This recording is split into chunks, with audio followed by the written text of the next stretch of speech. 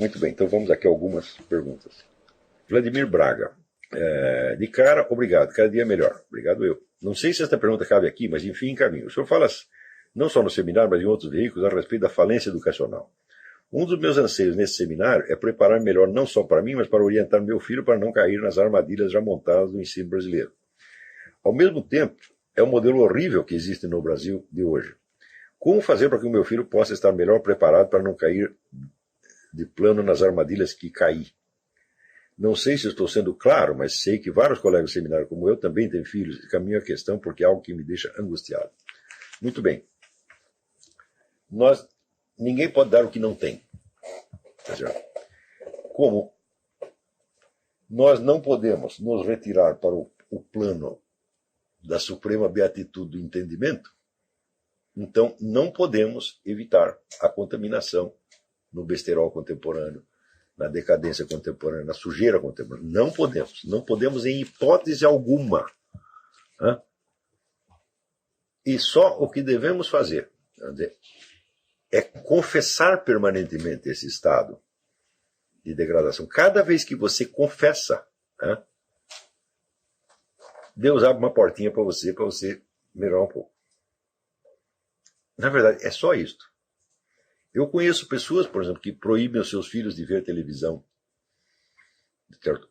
E que pretendem manter os seus filhos numa redoma de pureza. Só o que elas fazem é tornar esses filhos indefesos perante este mundo. Nós não podemos fugir da experiência humana, a experiência do mal, do pecado, etc. Não podemos. Quando o próprio Cristo fala, não resistais ao mal. Veja que coisa importante isso aqui. Você vai se contaminar no mal. E não é você que vai se limpar, se mantendo dentro de uma redoma. É Deus que vai limpar você.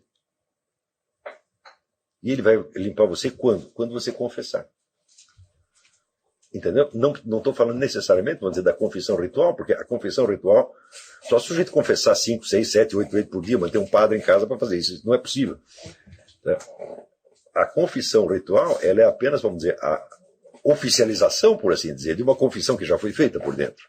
Então, eu estou falando da confissão interior. Então, é esta confissão,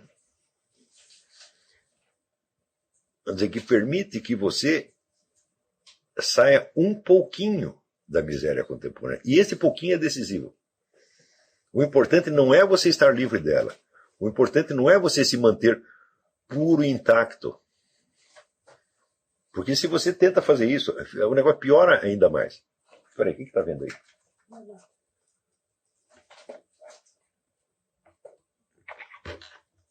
O importante não é você se manter puro e intacto. O importante é a confissão para que Deus te limpe. Está entendendo? Se você fizer isso permanentemente, os seus filhos verão o que você está fazendo.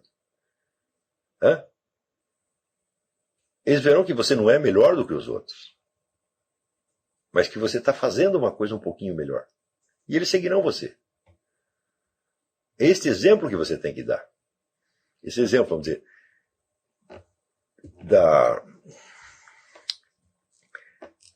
de que você consegue perceber a miséria do meio social e cultural, não externamente, mas em você mesmo. Então você está continuamente se limpando daquilo. Está compreendendo?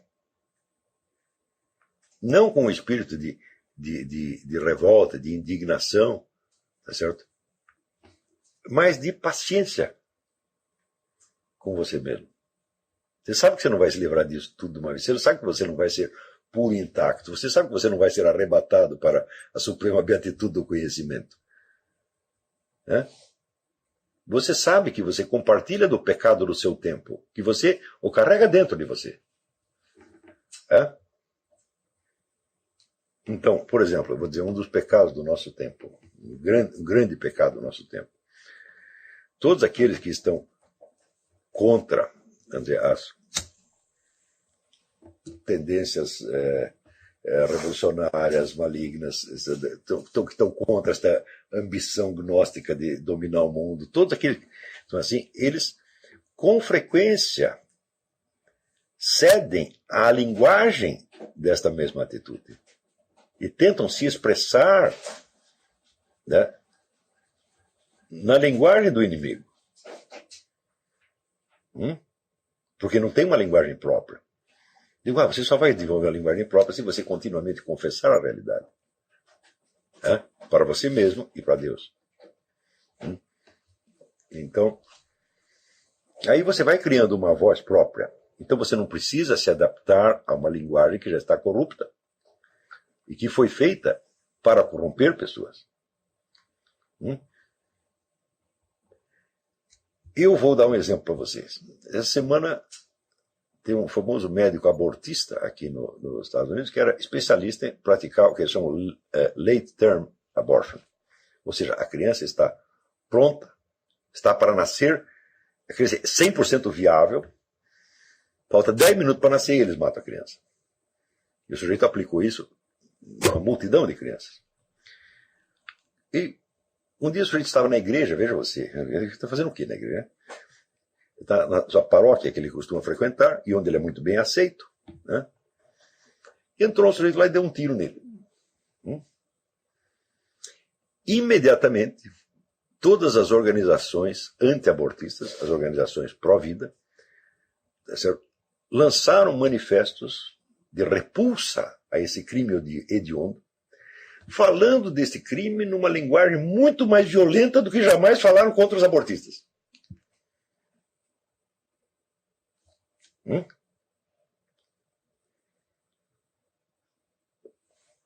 Para quê? Para se limpar.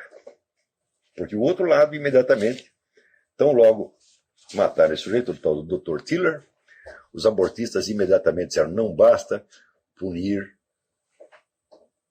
o assassino, é preciso perseguir as organizações pró-vida, porque quem fala contra o aborto está induzindo ao assassinato de abortistas. Então, as organizações abortistas imediatamente se sentiram, a organização pró-vida imediatamente se sentiram objeto de suspeita e tentaram mostrar que o bom mocismo. Não, nós somos contra a violência, etc. Por que eles não podiam dizer simplesmente, não temos nada a ver com isso. Nós não nos preocupamos com o Dr. Tiller nem com o seu assassino. Nós não matamos bebês nem seres humanos adultos. Isso é problema de vocês. Por que não podiam dizer simplesmente isto? Por que você tem que se posicionar nos termos que o seu inimigo colocou? Ou seja, você tem que mostrar repulsa ao homicídio. Fala, não, eu não sou a favor do homicídio, mas eu não consigo sentir mais repulsa por um sujeito que matou o Dr. Tiller do que pelo próprio Dr. Tiller. Honestamente, eu não consigo. O assassino dele era um maluco. Tá certo? Mas ele era um assassino em massa. Então, eu primeiro graduaria as minhas expressões de horror. Eu digo, eu não posso achar que o assassinato do Dr. Tiller é um crime tão hediondo quanto você matar milhões de bebês. Eu não posso achar isso. Humanamente falando, não posso achar. Por exemplo, se um sujeito matasse Hitler ou Joseph Stalin, bom, naturalmente o sujeito iria para a cadeia. Mas teria sido um crime hediondo? Digo, não, o assassinato do Dr. Tiller não foi um crime hediondo. Foi um crime apenas. Um crime vulgar, bobo. Mas o assassinato de milhões de bebês que estão prontos para nascer, claro que é crime hediondo. Por que elas não podem falar isso? Porque o que vão pensar de nós? Olha, cada vez que você imagina o que os outros vão pensar de você, você está cuspindo em Deus. E isso chama-se respeito humano. Você não pode colocar o seu respeito humano acima do respeito que você tem pelo próprio Deus. E Deus o que é? É o Espírito da verdade.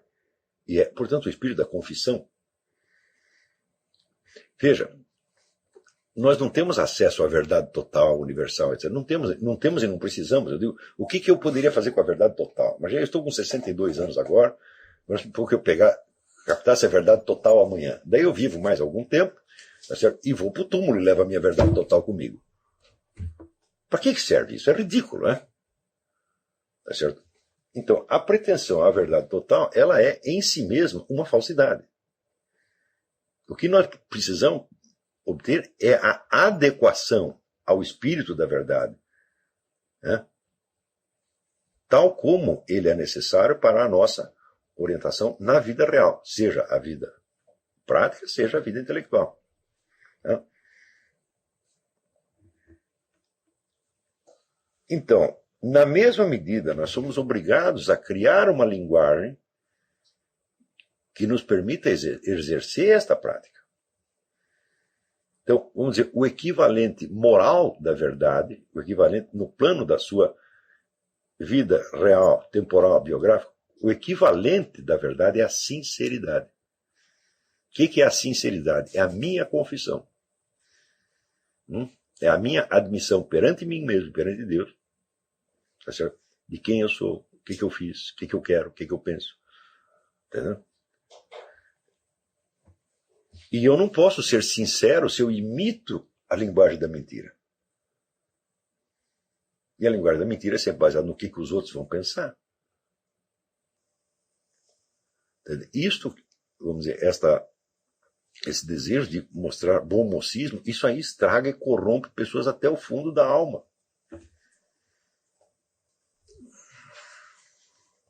Não se trata de aplaudir o assassinato do Dr. Tiller. Trata-se de lamentá-lo como um ato insensato que fez de um bandido um mártir. Você não tem que dizer, crime hediondo. Você tem que dizer, mas este idiota foi lá e transformou o Dr. Tiller num mártir. Isto sim, isto é sincero. O Dr. Tiller não merecia viver. Não, vamos dizer, ele não merece as nossas lágrimas. E o assassino dele não merece o nosso horror. O Dr. Tiller merece a nossa mais profunda condenação. E o assassino dele merece o nosso desprezo. É um assassino a mais. Que não ajudou nada e só atrapalhou.